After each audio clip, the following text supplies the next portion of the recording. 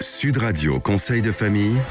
Avec Domitis Invest. Choisissez Domitis Invest et investissez l'esprit libre avec des loyers sécurisés tous les mois, que votre bien soit occupé ou non. Bonsoir à toutes, bonsoir à tous, bonsoir Stéphane Moller. Bonsoir Olivier. Président et fondateur du cabinet Via Wealth Management. On va répondre ce soir à Sébastien. Sébastien qui nous demande s'il est possible, Stéphane, de changer de contrat de mariage en cours de route, en quelque sorte.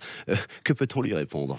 Eh bien qu'il est effectivement possible de changer de régime matrimonial et que cela est autorisé par la loi à l'article 1397 du Code civil. Et qu'il est souvent d'ailleurs légitime de vouloir changer de contrat de mariage dans la mesure où nos situations professionnelles et familiales évoluent avec le temps. Alors, je ne connais pas l'histoire de Sébastien et de sa compagne, mais dans quel cas change-t-on de contrat de mariage en général ? Plusieurs exemples peuvent justifier un changement de régime matrimonial, un changement d'activité professionnelle ou l'exercice d'une activité libérale peuvent justifier de séparer les patrimoines du couple. Un couple qui prend de l'âge, sans enfant, pourrait opter pour un régime de communauté universelle afin de protéger le conjoint survivant.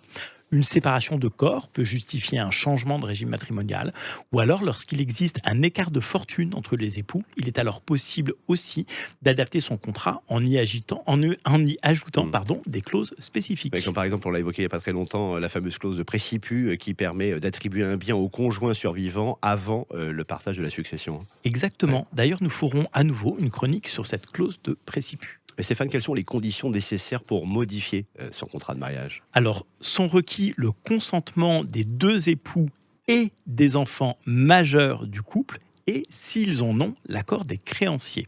Et il est obligatoire de passer devant un notaire. J'imagine que ce changement n'est pas gratuit. Alors, le changement de régime matrimonial de séparation de biens vers la communauté ou inversement oblige à la rédaction d'un nouveau contrat de mariage dont le coût est réglementé par décret. Le coût d'un changement de régime matrimonial sera de quelques centaines d'euros si le changement de régime n'a pas pour objet l'apport de biens propres des époux à la communauté. Mais dans le cas contraire, le notaire facture une rémunération proportionnelle à la valeur des biens transférés vers la communauté. À noter toutefois, vous l'aviez évoqué, l'exonération des droits fiscaux si le couple adopte un régime dont la part de communauté est plus large que dans l'ancien régime. C'est juste. Il faut bien réfléchir, dès le départ, tout de même, avant de se lancer. Une question essentielle est de savoir si ce changement, au-delà de ses avantages et coûts, a un effet rétroactif. Alors, entre époux, la nouvelle convention prend effet à la date de l'acte notarié ou du jugement, s'il y a eu homologation par le juge. Pour les tiers, le nouveau contrat prend effet 3 mois après la date de mention portée en marge de l'acte de mariage. En termes de clair, il n'y a pas de rétroactivité. Voilà, vous savez tout, Sébastien. Et puis, si on est allé un peu vite, cette chronique, vous la retrouvez en podcast, sudradio.fr. Merci en tout cas pour cette très bonne question. On va vous souhaiter à toutes et à tous un très bon week-end. On se retrouve lundi. À lundi, Olivier. À lundi, donc. C'était Sud Radio Conseil de famille.